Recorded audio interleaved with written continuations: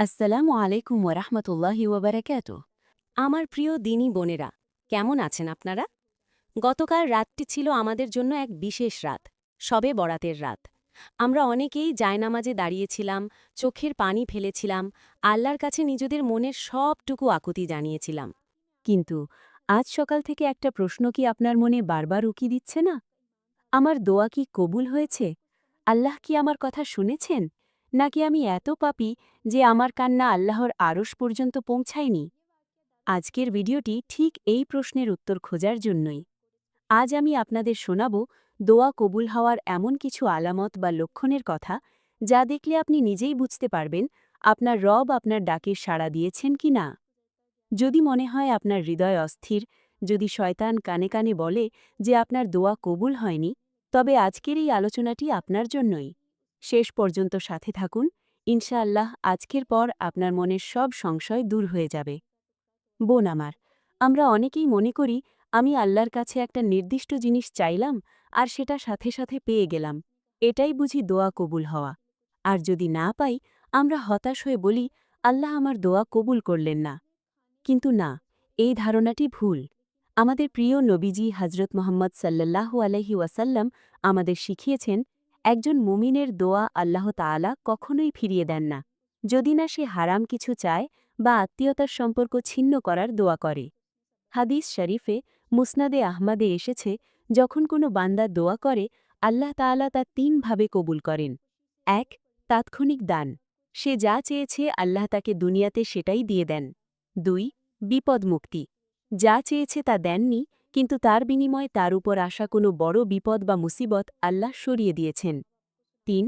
আখিরাতের সঞ্চয়, আল্লাহ দেখছেন এই জিনিসটা দুনিয়াতে পেলে বান্দার ক্ষতি হবে, তাই তিনি এটা আখিরাতের জন্য জমা রেখে দেন, যা কেয়ামতের মাঠে তাকে জান্নাত পেতে সাহায্য করবে। তাই বোন, আপনি যে চোখের পানি ফেলেছেন তা বৃথা যায়নি। আপনার রব সব শুনেছেন। হয়তো তিনি আপনাকে যা চেয়েছেন তা দেবেন, অথবা তার চেয়ে উত্তম কিছু দেবেন। এখন আসুন মূল কথায়। গতকাল রাতে বা তাহাজ্জুদে আপনি যে দোয়া করেছেন, তা কবুল হওয়ার কিছু আধ্যাত্মিক আলামত বা সাইন আছে। সালাফাস সালিহীন এবং ওলামায়ে কেরাম কিছু লক্ষণের কথা বলেছেন। নিজের সাথে মিলিয়ে দেখুন তো এগুলো আপনার মধ্যে আছে কিনা। প্রথম আলামত, গুনাহের প্রতি ঘৃণা ও নেক আমলের প্রতি আগ্রহ। সবচেয়ে বড় আলামত হল, দোয়া করার পর আপনার কি গুনাহ করতে আগের চেয়ে বেশি খারাপ লাগছে? আগে যে অন্যায়টা সহজেই করতেন, এখন কি সেটা করতে গেলে মনে খটকা লাগে? আর ইবাদত করতে কি আগের চেয়ে একটু হলেও ভালো লাগছে? ইমাম ইবনে আল কাইয়িম রহিমাহুল্লাহ বলেন, দোয়া কবুল হওয়ার অন্যতম নিদর্শন হল বান্দার অন্তরে আল্লাহর ভয় বৃদ্ধি পাওয়া এবং ইবাদতে স্বাদ অনুভব করা। যদি দেখেন আজ ফজর নামাজটা পড়তে আপনার ভালো লেগেছে বা কোরআন শরীফটা খুলতে ইচ্ছে করছে, তবে সুসংবাদ গ্রহণ করুন, আল্লাহ আপনাকে কবুল করেছেন। দ্বিতীয় আলামত, অন্তরের প্রশান্তি, সাকিনা। দোয়া করার আগে আপনার মনের ভেতর একটা অস্থিরতা ছিল, তাই না? কিন্তু দোয়া করার পর, কান্নাকাটি করার পর, হঠাৎ কি মনে হচ্ছে বুকের উপর থেকে একটা ভারী পাথর নেমে গেছে? একটা অদ্ভুত প্রশান্তি অনুভব করছেন। এই প্রশান্তি বা সাকিনা মহান আল্লাহর পক্ষ থেকে একটি বিশেষ উপহার। এর মানে হল, আল্লাহ আপনাকে বলছেন, বান্দা, তুমি চিন্তা করো না, আমি তোমার দায়িত্ব নিয়ে নিয়েছি। তৃতীয় আলামত, আল্লাহর ওপর ভরসা তাওয়াক্কুল বেড়ে যাওয়া। দোয়া কবুল হওয়ার আরেকটি লক্ষণ হল, ফলাফলের জন্য আপনি আর অস্থির হবেন না। আপনার মনে হবে, আমি আমার মালিককে বলেছি, তিনি যা ভালো মনে করবেন তাই করবেন। এই যে আল্লাহর নিষিদ্ধান্তের ওপর সন্তুষ্ট থাকা, এটা প্রমাণ করে আপনার ঈমান এবং দোয়া দুইই শক্তিশালী। অনেকেই আমাকে ইনবক্সে লেখেন, আপু, আমি এত দোয়া করি, তাহাজ্জুদে কাঁদি, কিন্তু আমার বিপদ কাটে না, অসুস্থতা ভালো হয় না, সংসারে অশান্তি দূর হয় না। কেন? প্রিয় বোন, মনে রাখবেন, ঔষধ খেলেই যেমন সাথে সাথে জ্বর কমে যায় না, সময় লাগে, তেমনি দোয়ার প্রভাব ফুরিয়ে যায় না। হজরত ইয়াকুব আলাইহিসসালাম ইউসুফ আলাইহিসসালামকে ফিরে পাওয়ার জন্য কত বছর কেঁদেছিলেন জানেন? প্রায় ৪০ বছর। তার দোয়া কি কবুল হয়নি? হয়েছে, কিন্তু আল্লাহর নির্দিষ্ট সময়ে।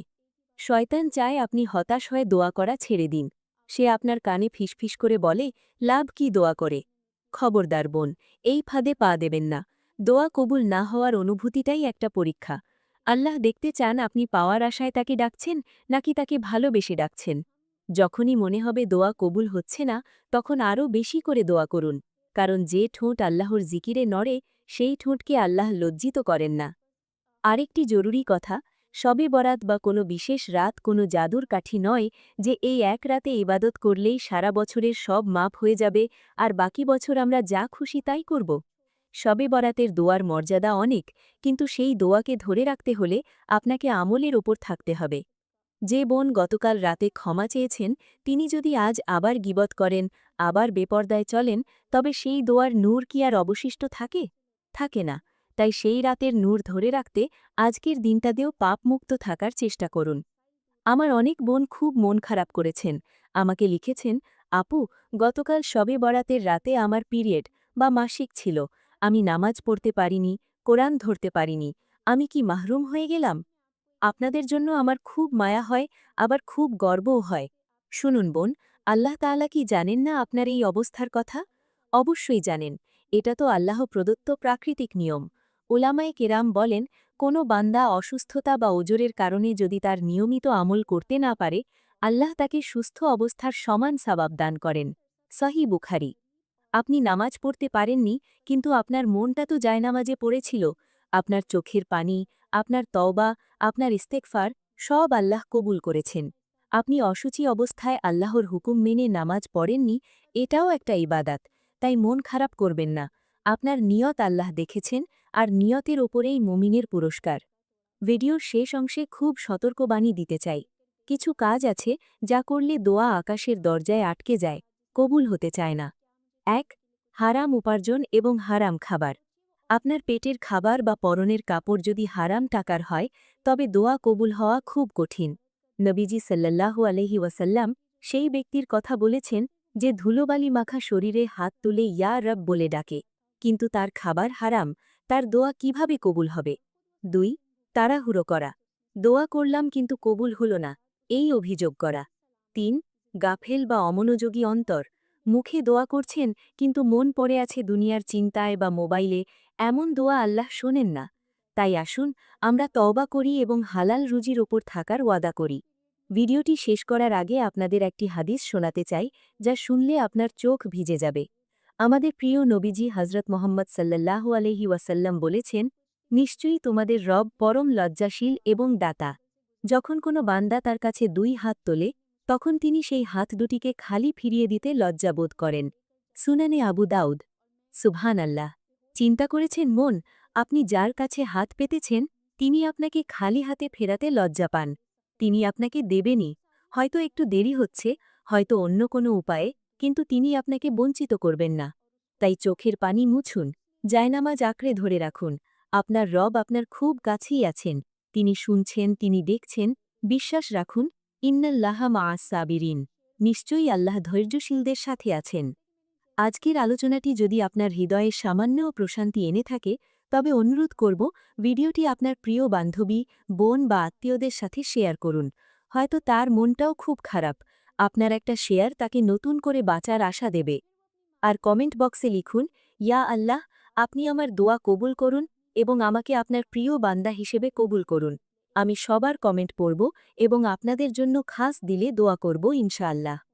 এমনই হৃদয় ছোঁয়া ইসলামিক পরামর্শ পেতে আমাদের চ্যানেলটি সাবস্ক্রাইব করে পাশে থাকা বেল আইকনটি অন করে রাখুন। দেখা হবে আগামী ভিডিওতে, ততক্ষণ আল্লাহ আপনাদের হেফাজতে রাখুন। আসসালামু আলাইকুম ওয়ারাহমাতুল্লাহি ওয়াবারাকাতুহ।